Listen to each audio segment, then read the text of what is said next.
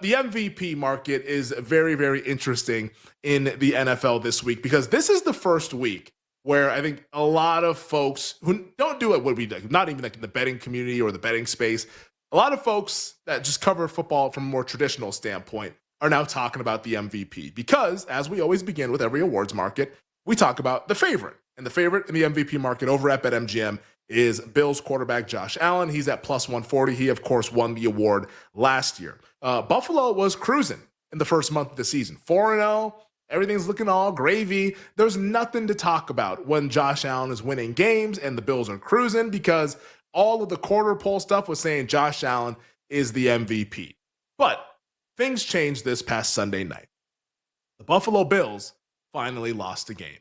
They lost to the New England Patriots in prime time, and that, my friends, has opened the door for the MVP conversation for the first time in 2025. Now, I have my thoughts about how this is going to play out. Like, Josh Allen, to me, feels like a very rock-solid favorite at plus 140. His team success is likely to be there with an updated win total of 12.5. They're plus 120 to be the 1 seed. He's 4th in EPA per play, 6th in QBR. Like, his numbers make sense. His team success makes sense. His pedigree, having won the award, makes a lot of sense. So Josh Allen is the reason why he's the favorite, especially when you factor in Mahomes is at 2-3, Lamar is injured, and his team is 1-4. Like, those are his main competitors. Joe Burrow is hurt. He's not coming back till December at the earliest. Like, those are the guys that Josh Allen is usually competing with. Well, after what we saw this past weekend, Baker Mayfield has entered the chat for the Tampa Bay Buccaneers. Baker Mayfield at BetMGM is now plus 800 to win the MVP. The win total's at 11.5. Tampa is plus 750 to be the 1 seed in the NFC. And Mayfield, statistically, he is 8th in both EPA per play and in QBR. This to me, and this happens with an award that's so high profile like MVP. You see it sometimes in the NBA. Like last year we lived through this when it was like, oh, like, what about Jalen Brunson? What about Kawhi Leonard? What about this guy? What about Tatum? What about... It's just SGA. And in years prior, it's just Jokic. It's just Embiid. It's just Giannis. It's just these guys. And every season, regardless of sport, you get these kind of phenomenons. And this week is the Mayfield Mayhem. Like, this is the phenomenon this week. It is Baker Mayfield coming off of what was an awesome, awesome performance against the Seattle Seahawks. Bucks win it 38-35. Everyone has been buzzing about that game because it was in the late window, not as many games going on during that one, and it ended up captivating the entire country as both Baker Mayfield and Sam Darnold were going back and forth, bar for bar, until Mayfield, his team, got the lucky break and had the ball last to win the game. It's not like Baker Mayfield can't win it. He can definitely win. I mean, Brock Purdy almost won this award when he was a relative unknown a few years ago. Like, guys can win the award that kind of sneak up on us. It's just, I would never bet it at this price. And also, too, because you're seeing a lot of people debate, oh, is Baker Mayfield the MVP right now? Whether it's a podcast or on the daytime shows in the morning or whatever, everyone's talking about Baker Mayfield. But like, just think about how quickly everyone's talking about Baker Mayfield. They can lose on Sunday. And then what's everyone talking about the following Monday? Is it Mayfield to win the MVP? No, it's not. Like, it's just not happening. So, like, this is one of those kind reminders, I think, for all of us, and I need to do this as well as somebody who bets into the awards markets and consumes a lot of the content that helps shape these markets. You don't want to overreact and get caught up in the hoopla. And to me, this feels like Baker Mayfield hoopla coming off of a really, really strong performance. I don't know how real it is. And a month from now, there's probably another person that we're talking about. And a month from then, there's probably another person we're talking about. Like, we live through these things with the MVP to where then eventually in middle December, late December, we all arrive to the conclusion of, oh, one of these top 3 or 4 good quarterbacks is going to win the award because those are the guys that win the football games and put up the big numbers. Like, I just don't want to fall into this Mayfield stuff. And it's also happening a little bit with Cowboys quarterback Dak Prescott, who's at 30-1 right now. The Cowboys win total is 7.5. Like, get real with Dak winning the MVP. He's been awesome. I'm a Cowboys fan. I've watched every snap. He's been really, really good this season. They're 80-1 to be the 1 seed. Like, the team success is not going to be there. It's just not. And if you really think that it is going to be there, just bet the Cowboys to win the NFC East. Just do that and take the voters out of the equation. Just bet them to win the NFC East because it's still a massive price. So just don't get caught up in, who's the MVP? Is it Mayfield? Is it Dak? It's none of them. It's not.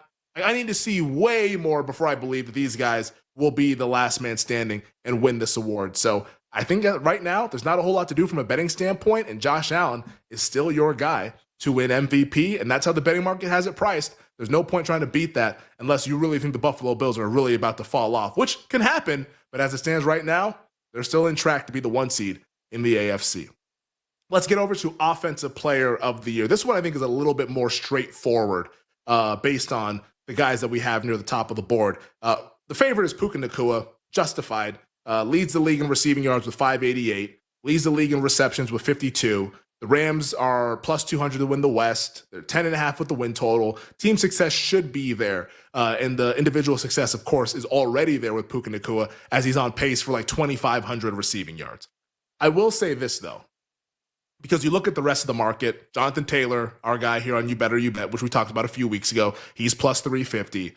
Bijan Robinson, talked about him in the offseason. He's now down to plus 500. McCaffrey's at the same price.